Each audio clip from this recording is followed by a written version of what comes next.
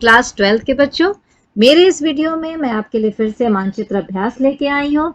इस मानचित्र अभ्यास में हम आगे के 3 चैप्टर कवर करेंगे। पहला राजा, किसान और नगर, दूसरा बंधुत्व, जाति तथा वर्ग और तीसरा है विचारक, विश्वास और इमारतें, सांस्कृतिक विकास। इसके पहले वाले वीडियो में बच्चों हमने आपको पहला चैप्टर जो सिंधु घाटी की सभ्यता या हड़प्पा की सभ्यता से संबंधित था वो हमने आपको बता दिया है। इस वीडियो में हम आगे के आपके 2, 3, 4 चैप्टर कवर करेंगे। तो बच्चों ये है भारत का मैप। प्रश्न कैसे आता है, जैसे पहला प्रश्न है, वह कौन सा स्थान है जहां प्रयाग प्रशस्ति उत्कीर्ण है। इसका उत्तर है बच्चों प्रयागराज, जिसे हम मैप में कहाँ दिखाएंगे वो आप देख रहे हैं यहाँ पर, ये है प्रयागराज। और इस प्रयागराज को हम शो करते हैं ये लेजर पॉइंट से। ये देखे आपका प्रयागराज। प्रयागराज को जो है ये उत्तर प्रदेश में है, और उत्तर प्रदेश में ये देख रहे हैं यहाँ पे जो है, यहाँ प्रयागराज है।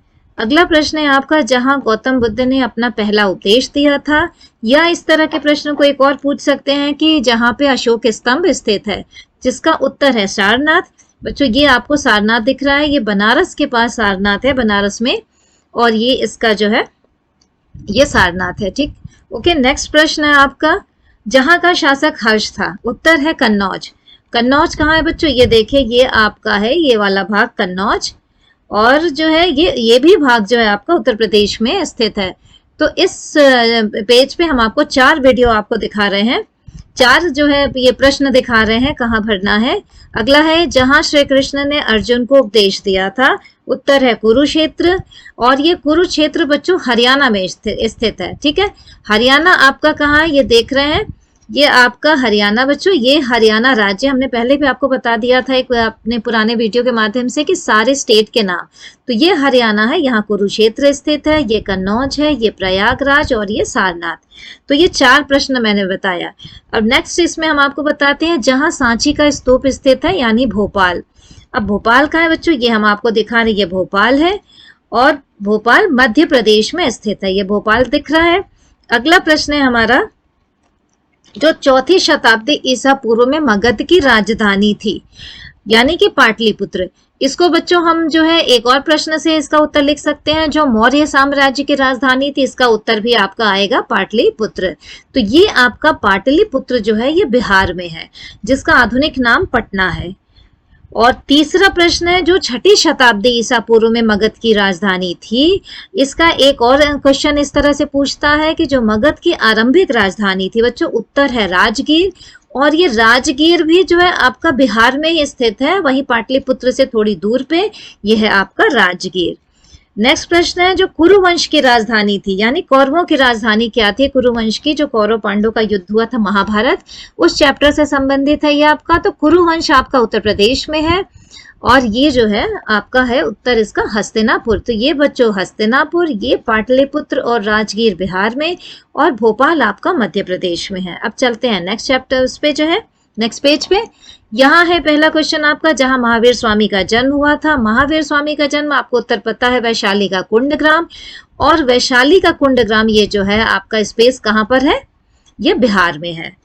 इसके बाद अगला प्रश्न है, जहां गौतम बुद्ध का जन्म हुआ था। बच्चों मालूम है आपको, गौतम बुद्ध का जन्म जो है नेपाल में हुआ था।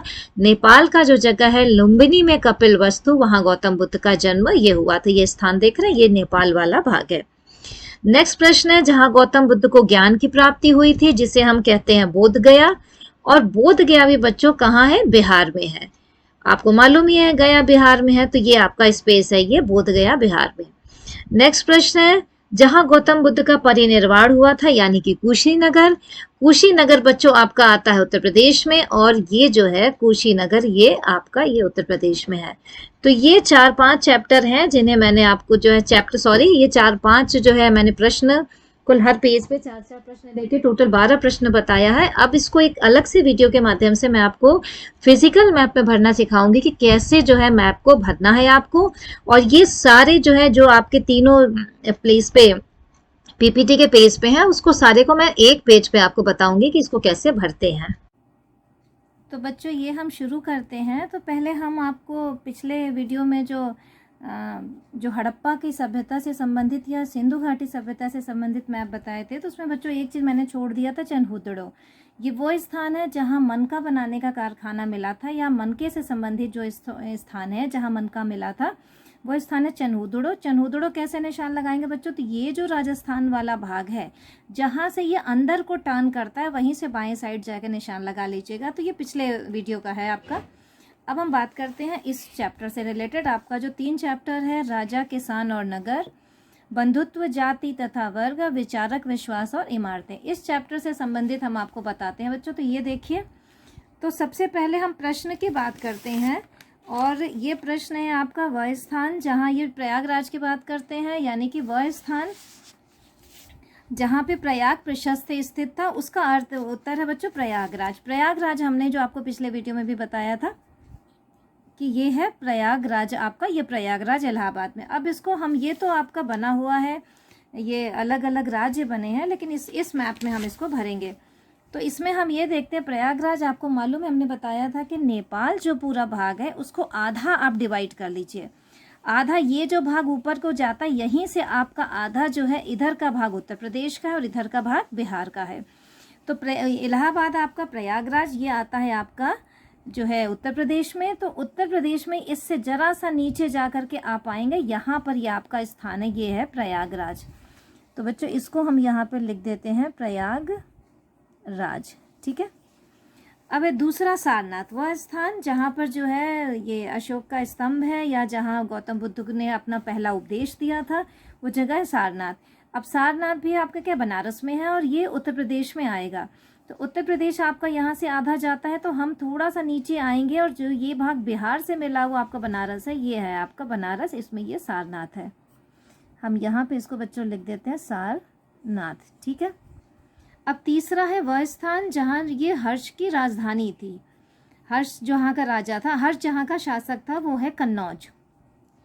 कन्नौज कहाँ है, कन्नौज भी उत्तर प्रदेश में है। और आप ये जो नेपाल वाला भाग देख रहे हैं, इसमें शुरुआत वाला भाग लेके जो ये भाग नीचे ये कटा हुआ, यहीं से आप सीधा नीचे आइए, सीधा नीचे आकर के यहाँ पे थोड़ी सी दूरी पर आप, ये उत्तर प्रदेश में आता है कन्नौज, यहाँ आप निशान लगा देंगे, लिख देंगे कन्नौज, ठीक है। अब है अगला प्रश्न आपका कुरुक्षेत्र, यानी कि वह स्थान जहां भगवान श्री कृष्ण ने अर्जुन को उपदेश दिया था, वो क्षेत्र है कुरुक्षेत्र। अब कुरुक्षेत्र बच्चों हरियाणा में आता है। हरियाणा हमने आपको बताया ही था कि ये जो इधर वाला भाग पंजाब है, पंजाब के बगल में हरियाणा है। तो यहाँ से आप देख लीजिए, जहाँ से ये टर्न होता है, ये स्थान जो टर्न होता है, या तो यहाँ से ले लीजिए, ये जो नेपाल के लिए भाग टर्न हो रहा है, यहाँ से आप सीधे बाएं साइड जाइए, थोड़ा सा ऊपर आप निशान लगा देंगे, हरियाणा में है ये देख रहे हैं, बीच से थोड़ा बाएं, और ये निशान पकड़ करके तो जरा सा इधर उधर चलता है, तो ये आपका हो गया कुरुक्षेत्र, ठीक है।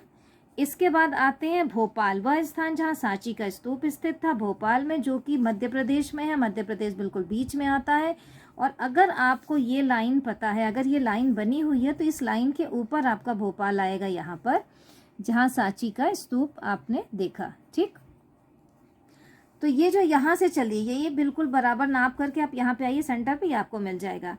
ये भोपाल हो गया। अब बात करते हैं पाटलिपुत्र, वह स्थान जो 4वीं शताब्दी ईसा पूर्व में मगध की राजधानी थी, या वह स्थान जो मौर्य साम्राज्य की राजधानी थी, उसे कहते हैं पाटलिपुत्र। अब पाटलिपुत्र बच्चों बिहार में है, तो बिहार हमने यहाँ से आधा निशान लगा लिया। तो ये बच्चों जो आधा भाग हम देख रहे हैं, ये नेपाल का आधा भाग बिहार यहाँ से शुरू है, इसमें तो ये बना हुआ है ये, या इसके इधर ही पाटलिपुत्र आएगा, जो कि बिहार की राजधानी है। अब इसको इसमें देखते हैं पाटलिपुत्र। तो हमने मान लिया ये जो यहाँ से कटा है, यहाँ से ये इधर को बिहार गया है, तो बिहार में थोड़ा सा नीचे आके यहाँ सेंटर में हम निशान लगा देंगे, जो कि आपका है पाटलिपुत्र, जिसे हम प्रेजेंट टाइम पे क्या कहते हैं, पटना। तो बच्चों ये हो गया आपका पाटलिपुत्र, ठीक। इसके बाद आते हैं राजगीर, वह स्थान जो 6ठी शताब्दी ईसा पूर्व मगध की राजधानी थी, या मगध की आरंभिक राजधानी, ये भी बिहार में है। और ये इससे थोड़ा सा दाहिने साइड जाकर के यहाँ पे है आपका राजगीर, जिसको प्रेजेंट टाइम पे कहते हैं राजगृह। अब आते हैं हस्तिनापुर, वह स्थान जो कुरुवंश की राजधानी थी, जो कि उत्तर प्रदेश में है। तो यहाँ आप जाएंगे, ये निशान आप देख रहे हैं, यहाँ से पकड़ करके बाएं साइड आइए, थोड़ा सा नीचे आ जाएंगे दिल्ली से इधर, ये आपका हो गया हस्तिनापुर, ठीक। अब इसके बाद चलते हैं बच्चों वैशाली, वह स्थान जो महावीर स्वामी का जन्म स्थान था। जहाँ वैशाली के कुंड ग्राम में महावीर स्वामी का जन्म हुआ था, ये भी आपका बिहार में आता। बिहार यहाँ से जो अंदर को गया, थोड़ा सा ऊपर ले जाकर यहाँ पे आपका ये आ गया वैशाली। बस बच्चों आपको ये याद रखना है कि कौन सा जो है स्थान किस राज्य में है। राज्य अगर आपको पता चल गया तो आप सही भर लेंगे। फिर आ रहा लुम्बिनी, वह स्थान जहां गौतम बुद्ध का जन्म हुआ था, लुम्बिनी के कपिलवस्तु में। लुम्बिनी आपका नेपाल में है। नेपाल आधा आपने मान लिया और आधे से थोड़ा सा इधर आके यहाँ पे निशान लगा दीजिए, यह आपका हो गया लुम्बिनी, जहाँ लुम्बिनी के कपिलवस्तु नामक जगह पर गौतम बुद्ध का जन्म हुआ था। फिर आते बोध गया, यानी कि वह स्थान जहाँ गौतम बुद्ध को ज्ञान की प्राप्ति हुई थी, उस स्थान का नाम है बोध गया। ये भी बिहार में है बच्चों। तो ये बिहार वाला भाग है। थोड़ा सा आप नीचे आ जाइए, नीचे आकर यहाँ पे आप निशान लगा देंगे, ये है आपका बोध गया, जिसको हमने पीछे वाले उस पे पेज पे में भी बताया था। ठीक है। और अगला है वह स्थान जहाँ गौतम बुद्ध को निर्वाण की प्राप्ति हुई थी, उसका नाम है कुशीनगर। कुशीनगर आपका बच्चों आता है उत्तर प्रदेश में। तो आप ये कुशीनगर, बिहार से थोड़ा सा इधर चलिए और यहाँ ऊपर में जाकर के निशान लगाइए। देखिए इसमें हमने आपको बताया ये कुशीनगर है। ठीक है। तो ये कुशीनगर आपका है, ये ऊपर में थोड़ा सा, इसको हम यहाँ लिख देते हैं, ये है आपका कुशीनगर। तो मेरी समझ से बच्चों सबको, आपको ये समझ में आ गया होगा कि कौन सा स्थान कहाँ है। जनरली हमको जो है इस मैप को भरने में हमको डिज़ाइन का ध्यान रखना पड़ता है। डिज़ाइन अगर आपको ये चीज़ पता है, क्योंकि आउटलाइन ही आपको मिलेगा, बाकी कुछ नहीं मिलेगा। इस आउटलाइन के थ्रू आप इजीली जो है इसको भर सकते हैं। तो बच्चों मुझे उम्मीद है कि आपको ये अच्छे से समझ में आ गया होगा। तो आज के लिए बच्चों बस इतना ही। Thank you.